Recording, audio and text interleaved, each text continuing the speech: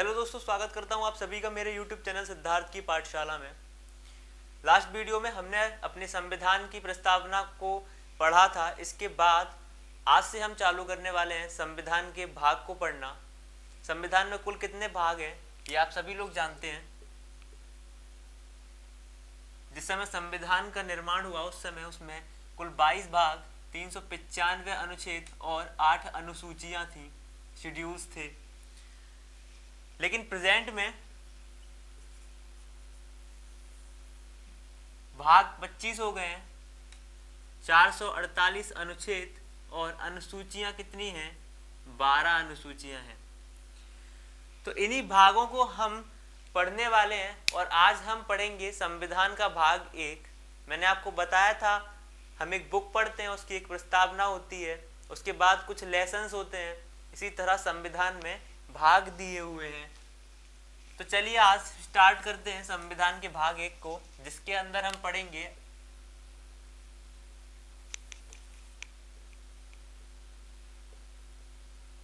Article 1 से लेकर 4,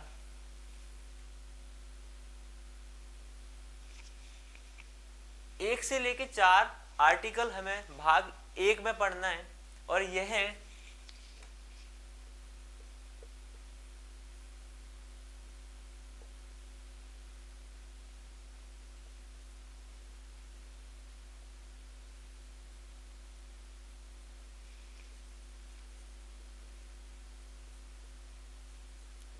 ये किसके बारे में बताता है? संघ एवं इसके राज्य क्षेत्रों के बारे में हमें इसमें चर्चा करनी है। तो आइए स्टार्ट करते हैं हम अपना आर्टिकल 1 बिना टाइम वेस्ट किए। आर्टिकल 1 क्या कहता है? जिस तरह आप एक निबंध लिखते हैं तो निबंध में किसी चीज के ऊपर निबंध लिखेंगे तो उसकी मुख्य बात आप सबसे पहले लिखते हैं। इसी तरह आर्टिकल 1 में संविधान किसका है? भारत का है। तो भारत की मुख्य बात लिखी हुई है। क्या लिखी हुई है? कि भारत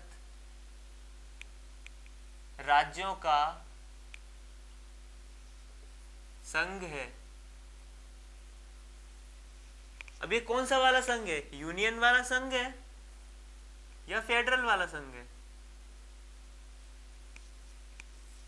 तो हमारा भारत यूनियन वाला संघ है, ये यूनियन ऑफ स्टेट्स है, क्योंकि यूनियन में कोई भी राज्य संघ से अलग नहीं हो सकता। लेकिन फेडरल में ऐसा नहीं है। फेडरल में राज्य को अधिकार होता है कि वह संघ से अलग हो सकता है और स्वतंत्र रह सकता है, संप्रभु रह सकता है। ऐसा फेडरल में होता है, यूनियन में नहीं होता। यहाँ पे काफी सारी देशी रियासतें थी, इसीलिए हमारे संविधान में यह व्यवस्था यूनियन की गई, संघ यूनियन बनाया गया। ठीक है, इसके बाद हम पढ़ते हैं आर्टिकल 1 में कुछ और चीजें भी दी हुई हैं।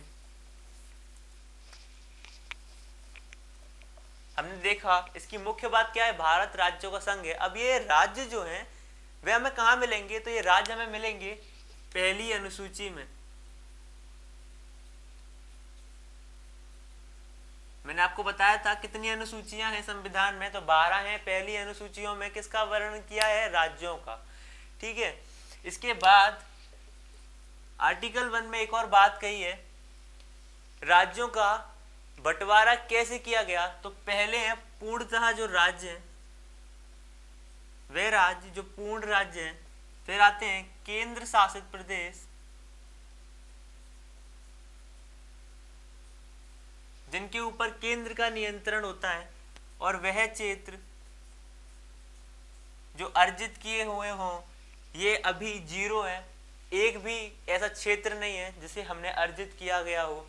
तो राज्य और केंद्र शासित प्रदेश, इनके बारे में हम आगे जानेंगे। हमने पढ़ा क्या? संविधान का आर्टिकल 1। आर्टिकल 1 में हमने ये सारी चीजें पढ़ी। इसके बाद हम पढ़ते हैं आर्टिकल 2 के बारे में। आर्टिकल 2 क्या कहता है?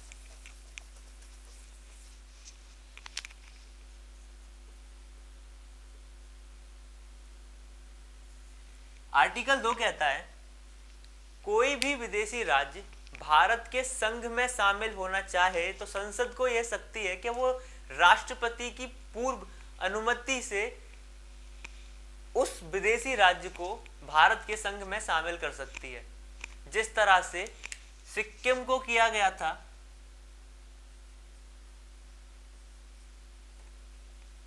1975 में 36वें संविधान संशोधन द्वारा सिक्किम को भारत में 22वां राज्य बनाया गया था। इससे पहले की बात बताता हूं मैं आपको। 35वां संविधान संशोधन हुआ था और एक 2A आर्टिकल अनुच्छेद 2A बनाया गया, जिसमें सिक्किम को रखा गया था एक संबद्ध राज्य के रूप में, जिसका संबंध भारत से हो, ऐसे राज्य के रूप में। इसके बाद 1975 में 36वें संविधान संशोधन द्वारा सिक्किम को भारत का राज्य घोषित किया गया, 22वां राज्य। ठीक है, अब हम आते हैं आर्टिकल 3 पे। तो हमने आर्टिकल 2 में क्या देखा कि कोई भी विदेशी राज्य जो भारत के संघ में शामिल होना चाहता है, संसद उसको संघ में शामिल कर सकती है। किसकी अनुमति के बाद? राष्ट्रपति की अनुमति के बाद। ठीक है,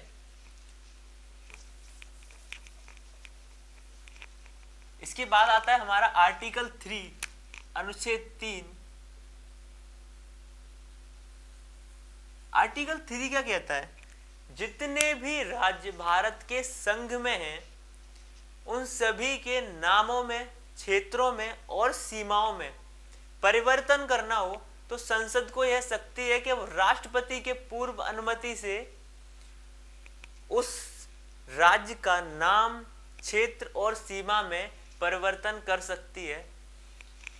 जिस तरह से आंध्र प्रदेश को काट कर तेलंगाना बनाया गया था जून 2014 में, आपको पता होगा, ये घटना आपके सामने की है। आंध्र प्रदेश को काट कर क्या बनाया गया था? तेलंगाना बनाया गया था जून 2014 में।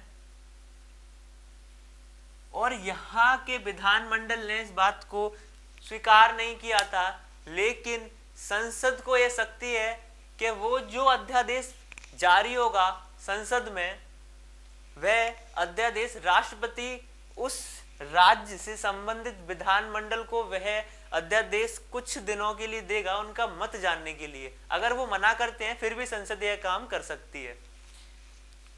और इसी तरह आंध्र प्रदेश जो था, उसके विधानमंडल ने मना किया, उसको अस्वीकारा, लेकिन फिर भी तेलंगाना को अलग कर दिया गया। अब हम देखते हैं आर्टिकल 4 को। आप समझ गए होंगे आर्टिकल 3 में। आर्टिकल 4 क्या कहता है? अनुच्छेद 2 और अनुच्छेद 3 के अंदर जो भी संशोधन किए जाएंगे वो 368 से बाहर रहेंगे। 368 क्या? 368 में संविधान में अमेंडमेंट किया जाता है। अगर ये 368 से बाहर रहेंगे तो किस में जाएंगे? साधारण बहुमत द्वारा।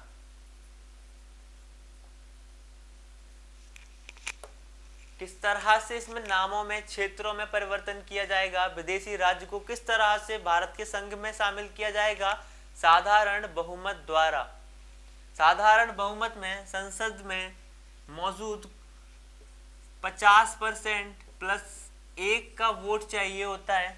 जितने लोग वहां मौजूद होते हैं उसमें से 50% से एक अधिक वोट चाहिए होता है, और वो अध्यादेश पारित कर दिया जाता है, राष्ट्रपति तक पहुंचा दिया जाता है। तो ये होती है साधारण बहुमत। ये भी हम पढ़ेंगे, अमेंडमेंट जब हम पढ़ेंगे उसके बारे में हम जानेंगे, विस्तार से जानेंगे। आर्टिकल 4 में क्या कहा कि कोई भी चेंज, कोई भी संशोधन इस तरह 2 और 3 में किया जाता है तो वो 368 से बाहर रहेगा। ठीक है, तो हमने देखे संविधान के 1 से लेके 4 तक आर्टिकल भाग 1 में।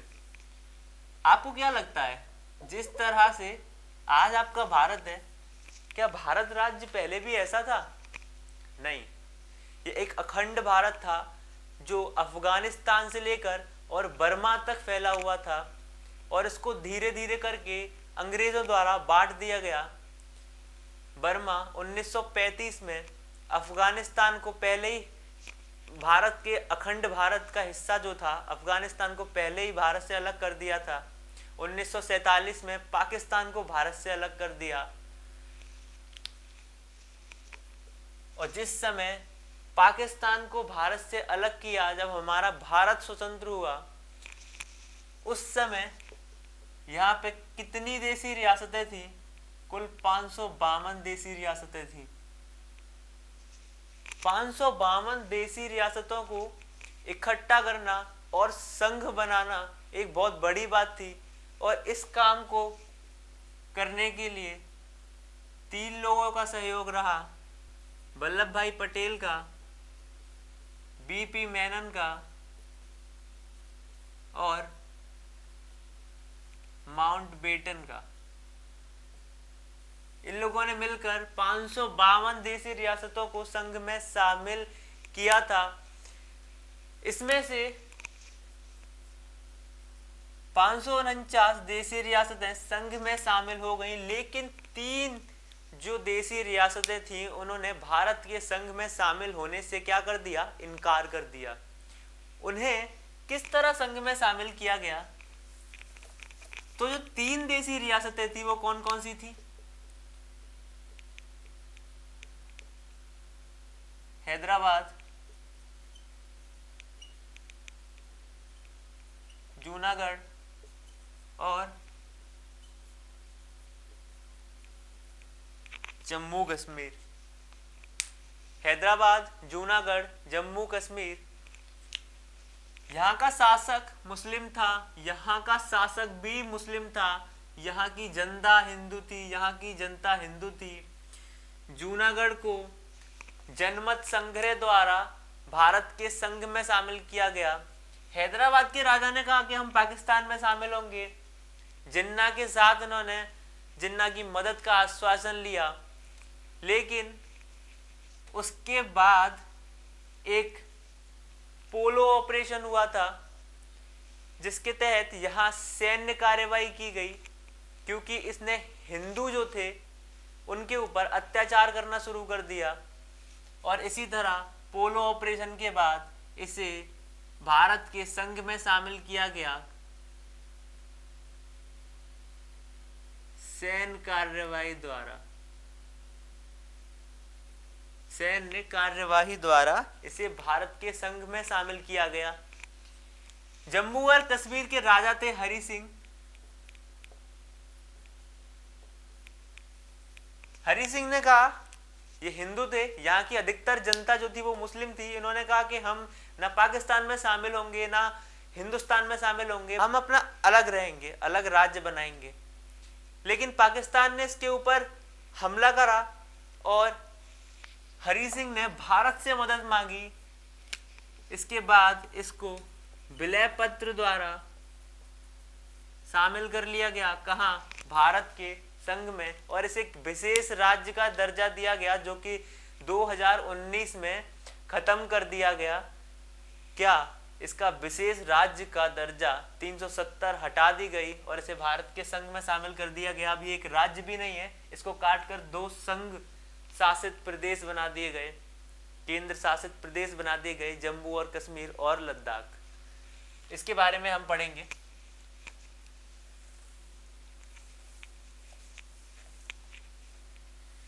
तो जब 552 देशी रियासतें भी संघ में शामिल हो गई, तो राज्यों को किस तरह से रखा गया?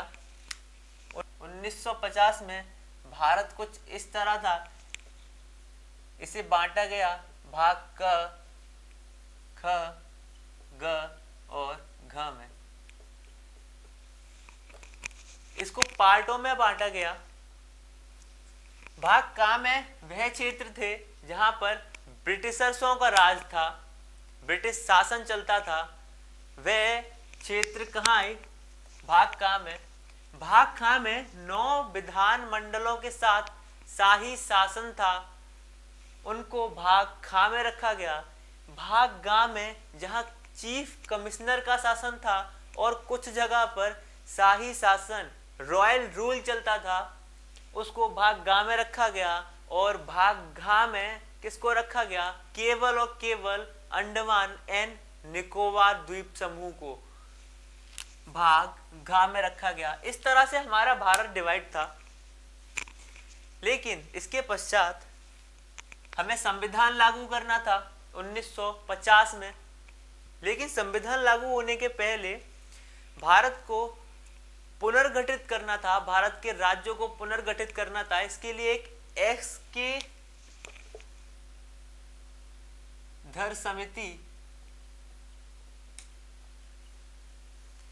धर समिति का गठन किया गया।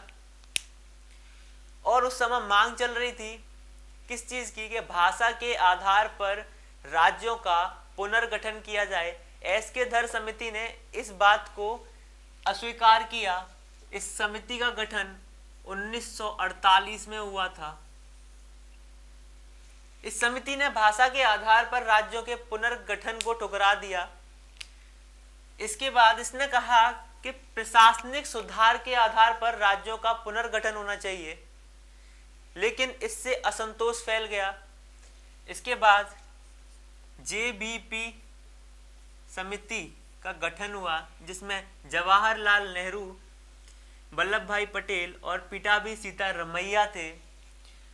इस समिति का गठन दिसंबर 1948 में हुआ और इसने भी इस बात को ठुकरा दिया कि भाषा के आधार पर राज्यों का पुनर्गठन होना चाहिए। लेकिन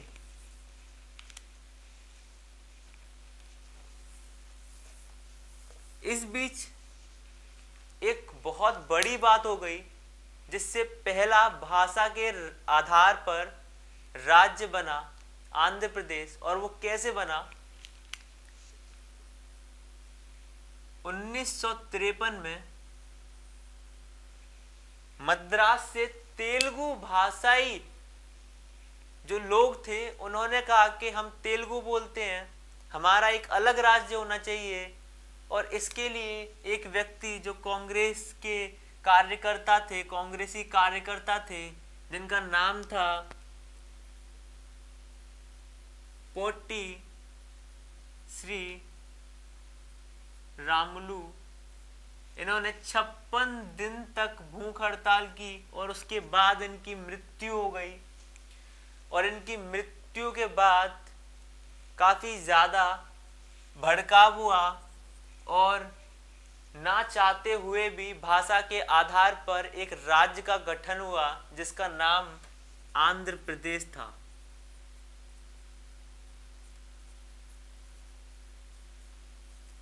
और जब आंध्र प्रदेश बना, इसके बाद तो मांग और ज़्यादा बढ़ती गई कि भाषा के आधार पर ही राज्यों का पुनर्गठन करना चाहिए।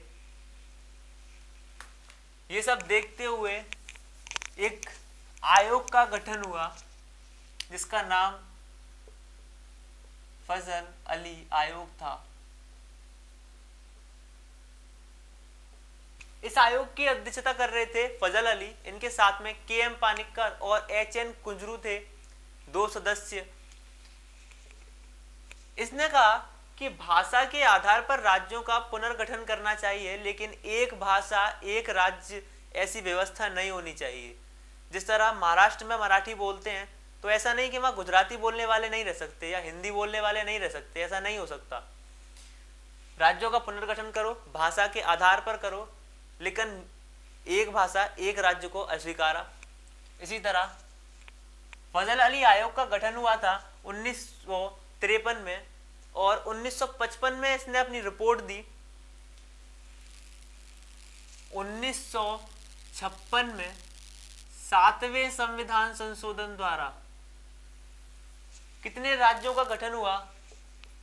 14 राज्य और 6 केंद्र शासित प्रदेशों का गठन हुआ, जो कि आज की डेट में कितने हैं? 28 राज्य और 8 केंद्र शासित प्रदेश इस समय हमारे भारत में मौजूद हैं। तो हमने आज संविधान का भाग 1 पढ़ा। हमने अपने संघ और इसके राज्य क्षेत्र के बारे में चर्चा की। आगे हम संविधान का भाग 2 पढ़ेंगे, जिसमें नागरिकता हम पढ़ने वाले हैं। अगर आपको वीडियो अच्छी लगी हो तो लाइक करिए, शेयर करिए और सब्सक्राइब करिए, जिससे कि आगे की नोटिफिकेशंस आपको मिलते रहें। तब तक के लिए जय हिंद, जय भारत, पढ़ते रहिए और सुरक्षित रहिए। Thank you so much.